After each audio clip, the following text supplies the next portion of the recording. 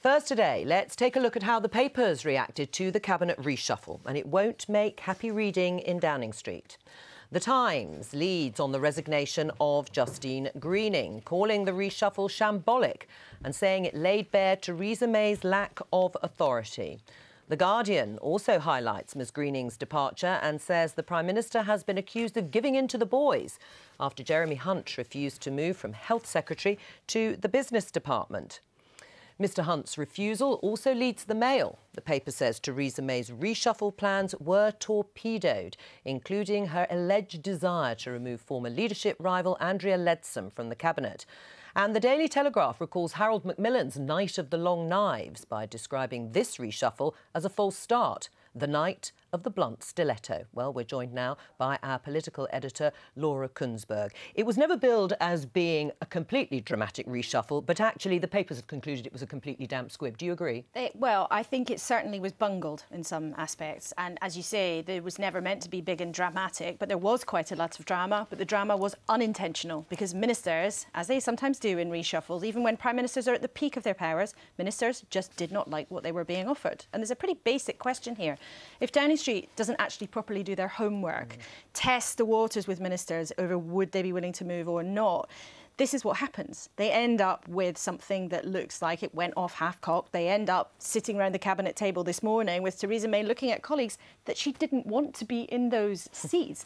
And it has also made a lot of serving people in the government, not just Tory MPs, quite disgruntled, particularly at how Justine Greening was treated. Now, she is somebody who's very determined. She's very robust. Somebody told me yesterday, originally, when she was offered the job of being Secretary of State for Department of International Development under David Cameron, she was so cross that she staged a sit-in in number 10 and then eventually accepted the job. So, you know, she's somebody who knows her own mind. She has form and she's very, very determined. But the question that lots of Tory MPs are asking this morning is why was Jeremy Hunt allowed to argue for his job and stay in post? Which he did for hours, apparently. It was about an hour and a half, but he went in the light and emerged in the dark. And Justine Greening was not allowed to do the same. And I think over time, it could well be that Justine Greening becomes somebody who's rather useful to people like Lord Malach-Brown today. She's a prominent Remainer, somebody who's won a London marginal seat. Not very many of them in the Tory party these days. So that could be storing up trouble for the future. But today's very important too. Right. I mean, before we go on to the other moves and what it says about Theresa May's authority, just briefly then ending on Justine Greening, do you think she will join the ranks of what have been described, as some people find rather offensively, mutineers on the backbenches? I think she'll be very careful about what she does next. Now, the thing that she says she cares about most is social mobility. That's why she wanted to stay in that job. Her social mobility. She's the first comprehensively educated education secretary, and she only launched her social mobility strategy less even than a month ago. So the ink's hardly dry on what was a very big piece of work that she put forward that was meant to work in tandem with Theresa May's stated goal of making the country work for everyone.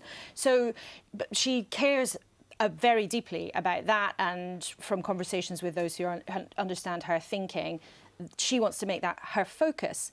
But that said, she is somebody who also cares very much about our future relationship with the European Union, and it may well be that some of her former colleagues managed to entice her to be on the backbenches with those group of awkwards, Ramoners, or people who are making a robust case, depending how you want to describe them. What about Theresa May's authority? Because reshuffles are, as you say, historically they can be very difficult. Absolutely. People don't always move. But what does this say about a government which billed this as rejuvenating, rebooting, starting the new year on a fresh footing, and she hasn't been able to do the things she wanted? I think she had the authority to try to make her moves, and that wasn't the case in the back half of last year. The back half of last year, she wasn't even strong enough to have a go at doing all of this.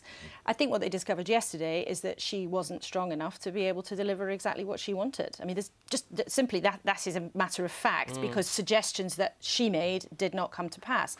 Today, however, is important, maybe not so much to the public perception, because frankly there are going to be a lot of people walking up and down Downing Street who even devoted Daily Politics viewers may never even have heard of. But for the Tory party and for the sort of succession and renewal of the next generation, today is very important in terms of bringing other people forward.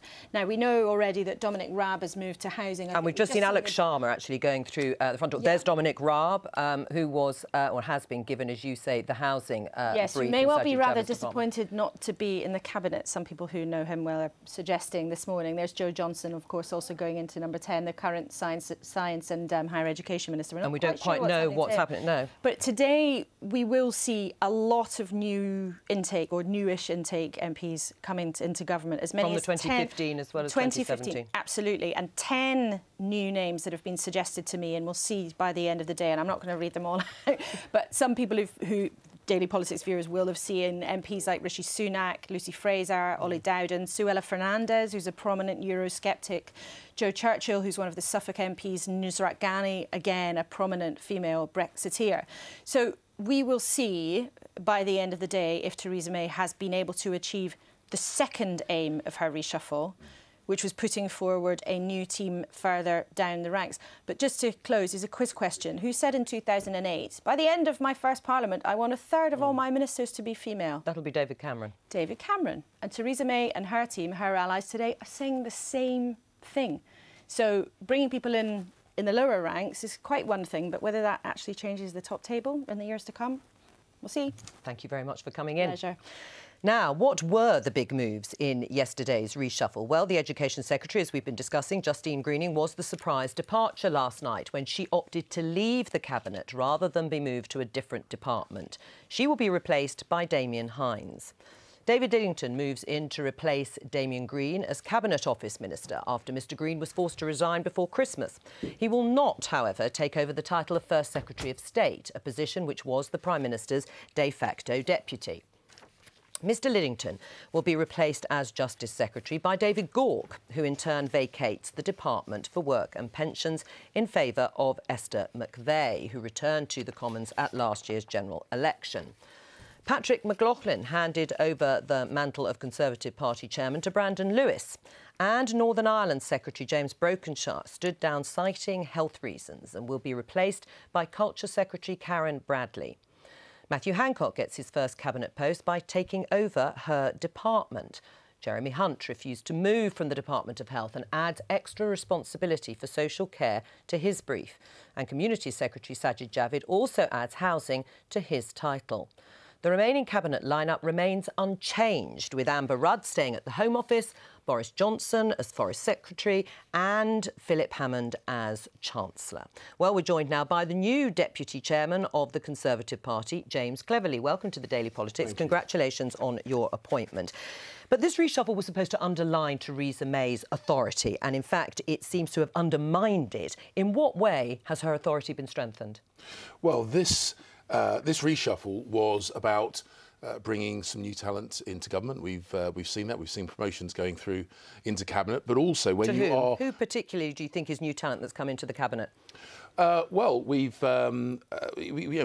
have a number of new women that have come into around the cabinet table who are attending cabinet for the first time. Claire is coming through into cabinet, and we're also seeing in the as Laura was saying, we've also seen in some of the less high-profile roles, particularly here at the vice chairmanships of the party, which we were discussing yesterday, a lot of new people coming through. Right, so but we're going to see new faces coming into government. Sure, at the lower levels, at the ministerial ranks below cabinet, but at cabinet, there hasn't been the complete change that we were promised, if not at the top three positions. There hasn't been the change because Theresa May couldn't move people like Jeremy Hunt, and she couldn't persuade Justine Greening to take the position at Work and Pensions. So again, how would you judge Theresa May's authority this morning? Well, you're saying about what was promised. I don't know who might have been promising things to you, but the decisions about reshuffles are taken at number 10, and they are kept private at number 10 until the announcements are made. Now, there's been speculation. There's been a huge amount of speculation. There always is when reshuffles come along, and it may well be that you feel that the changes haven't met your expectations. Well, but the point they were the being, changes that we were expected because they came from people round the Prime Minister. I mean, do you think the media has been mishandled in this instance? Well, I think there have been a lot of people in the media, and this always happens at reshuffle time, a lot of people in the media who speculate about who might be getting promoted, who might be moving, and it's always the case, and I remember a number of reshuffles where people have said, oh, that's not what we expected, as if somehow it's the fault of government. What we have around the cabinet table, you can see the picture on the graphic, we have a really good mix of experience, we've got a really, really strong team, and also what we're seeing now is people being brought up into government. And I'm really positive about these changes. Right, except the former Conservative leader Ian Duncan-Smith says Downing Street should have managed the media more carefully in the run-up to this reshuffle. Do you agree with him? No, I think that it's impossible to constantly chase the speculation. If you try and back down every single piece of speculation, you wouldn't have time to get any real work done. Well, for example, Chris Grayling was, it was tweeted out by the Conservative headquarters that Chris Grayling was going to be the chairman, and that was obviously completely wrong. Yes, and this actually proves my point. The BBC, if I remember rightly, confirmed for definite that Chris Grayling was going to be Conservative headquarters follows everything the BBC says. The Conservative Party chairman, and someone took what they believed to be an authoritative source who got it wrong. And that's Did they think of calling number 10 to find out? And that's the point about always chasing the speculation. There's lots of speculation. We are never, ever, ever going to be able to chase every single bit of gossip and speculation, and it would be wrong to do so. Whose fault is it that the headlines are so awful for Theresa May and the government this morning? Well, I don't think we should be too worried about the headlines, because today and yesterday were about reshuffle, and that always causes lots of froth and drama in the media. What really is important is the delivery of government. Today's headlines are what they are. Tomorrow and onwards, we'll be getting the really important stuff, which is about what we're doing, what we're delivering in government. Right, let's talk about delivery, because if this was going to be a reboot, if you have said that this is a sort of new cabinet, although the faces haven't really changed that much, what change in policy direction can you expect then in the coming weeks from this new cabinet? Well, what we're doing is we are delivering on the agenda that the Prime Minister set out when she stood on the steps of Downing Street when she initially became leader. So there's no change in agenda, no change in terms of policies? Well, it's never about no change, but the fundamental, the philosophy behind what the Prime Minister and the ministerial team is doing in government remains the same, which is about delivering opportunity. It's about helping people get onto the housing ladder. It's about growing the employment. It's about keeping the economy on track. It's about delivering a good Brexit. These things endure because they are the fundamentals. They are the foundation stones upon which the detail is built. They will remain the same. Some of the details will change. That always happens. But the fundamentals remain the same, and they are right. Right. I mean, reshuffles are always built up in the media and in Westminster and in the bubble to some extent. This is an event for us. But do you think this has been badly handled? Well, I think there's been a pattern with Theresa May. You know, her comps people get out there and overpromise, and then her own caution chips in, and what's delivered time after time is less than anticipated. I mean, I think there's some, great people. James, congratulations on your new role. But, fundamentally, this is a reshuffle where the boys kept their jobs, and probably the greatest representative of diversity in real performance terms around the cabinet table, Justine Greening, lost hers. How much of a loss is Justine Greening to the cabinet? Well, it's never good news when you lose a good minister from government. Justine had her own reasons. I haven't had a chance to talk to her in detail. I don't know why. Well, she didn't want the work and pensions brief that she was offered. Do you think it was a loss? Should Theresa May have tried harder to keep her? Well, as I say, I wasn't privy to the conversations. It's a shame. I like Justine. I think she's a fantastic MP, and I don't know the reasons why she wasn't able to stay in government. Was she, in your mind, doing a good job in government as Education Secretary? Well, the problem with reshuffles is there is always more talent than there are seats. And that is, reshuffles are not easy. They're not meant to be easy. Sure. But my question was she doing a good job? Yes, I do think she was doing a good job. The question is always, is there someone that might do a better job? Might she be better deployed doing a different job? These are the kind of questions. So it's not about Was it a good job, yes or no? Because I think she was doing a good job. But there are a myriad of complicated moving parts in a reshuffle, and they all interplay, and that's where the decision. How do you think it looks when there have been promises made by Theresa May about wanting to have a cabinet, a government that better reflects society at large, when you lose someone like Justine Greening, who was comprehensively educated and obviously a campaigner in terms of gay rights, leaves the government in that way, and in terms of the number of women, there's been no net increase in women in full cabinet posts? Well, as I say, the changes to the cabinet, I think, are taking us in the right directions. I mean, we see that we have now. But there are no more women in full cabinet posts. No, we have 10 women attending cabinet, and there has got to be a degree of stability in the cabinet. We're in government. This is not one of the Labour Party's Mickey Mouse shadow cabinet reshuffles. These are people running departments, and you've got to have a degree of stability. But we do have a fantastic mix of people. Again, we've got Esther McVey now has come into cabinet. If you don't think she represents an increase in diversity, I think you'd be very wrong in that. And do you think she'll be compassionate in her role at the Department of Work and Pensions? Yeah, I think she will be, because from what I know of her, and I don't know her as well as some of the colleagues who served with her previously, she is absolutely passionate about delivering the kind of things that we are all passionate about, which is lifting people out of hardship, giving them opportunities in life. Although she was very criticised by disabled people and the disability lobby for her work when she was in that role in the last government. Very aggressively and very nastily targeted by people like John McDonnell et al., who used some very appalling and violent and misogynistic language against her. I'm not suggesting disability rights campaigners, but I think that unfortunately fueled a bit of a hue and cry. Although the criticism from disability rights campaigners preceded the comments made by John McDonnell. But I know when she previously worked in the Department of Work and Pensions, she was absolutely passionate about using her role in that department to help bring people on in life, help them get on in life, and I think she'll be absolutely fantastic in that role. All right. Let's move on to the party itself, because this is the role that you are going to be given. Do you think that this reshuffle was more about developing the party, about the next election, than it was actually about government policy, and hence the ranks have been swelled by the likes of you and your colleagues at the party level?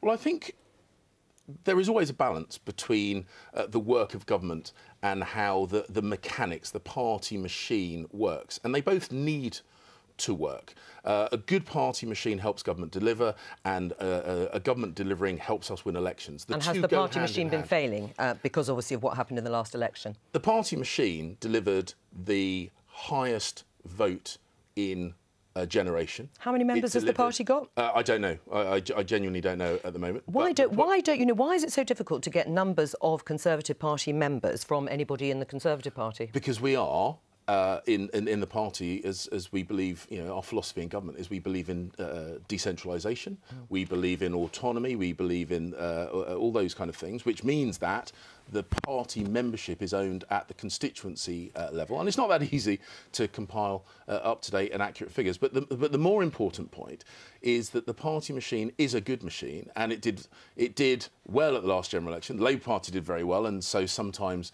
the success that we achieved is slightly overshadowed and hidden. But it's about building on that success and making sure we are absolutely ready to go into the local elections in spring of this year, and other elections, and ultimately the general election in 2022. John Strafford of the Campaign for Conservative Democracy, whom you will know, he's been there a very long time, said he'd heard from local party sources that the membership could be as low as 70,000.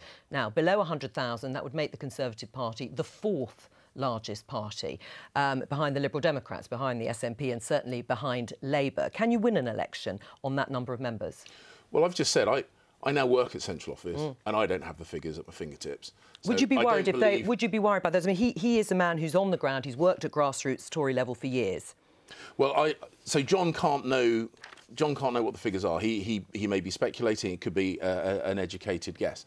The point I'm making is that whatever the membership is, whatever the functions at CHQ, at central office, have been, at the last general election, we delivered the largest vote share and the largest number of votes in a generation. So I'm not saying it's perfect, of course it's not, and there are things to do, But it is a good organisation and it's working well. Our job is to make it work better. Will you publish the figures? Grant Shapps, former chairman, said the figures should be published when you have them. Look, I am the deputy party chairman. That will be the kind of decision that need to be signed off by my boss. But do you think they should be made public? Should we know them? There are reasons to and fro. I mean, members are not the only thing. No. We have a huge number, and we've seen this, a huge number of supporters and activists, for whatever reason, aren't party members. They don't necessarily want to sign up to be party members, and I don't think we should disregard their contribution just because they don't actually put their signature on the form. Mark Mallow-Brown, we've focused quite a lot on Justine Greening, and we've talked a bit about the diversity, and perhaps the Conservatives, Theresa May's government hasn't reached the aspiration of what she might have wanted. But Esther McVey is a new cabinet minister, a woman in the Department of Work and Pensions. Do you welcome that? Well, she knows a bit about unemployment, having lost her seat. But yes, of course. I mean, I don't know her at all, but it's great to have her there. I think, though, the fundamental point which you've just, we're pressing James on, I mean, this is a party which is shrinking. It's smaller than a lot of NGOs. There are NGOs looking after historic houses or animal rights that are bigger than this. A modern social media movement like Avaz has 1.7 million members. So this is a shrinking party which increasingly is out of touch, I would argue, with the changing politics of our country. But polled in terms of vote share, little like the Labour Party, but obviously slightly bigger because they did win the election, albeit losing the majority, at around 42%. Well, the remarkable thing was the two main parties had a bigger share of the vote than they'd had in a generation, which I think is a last hurrah as politics begins to fundamentally realign around the new agendas out there. In terms of messaging from the party, are you pleased that Toby Young has resigned?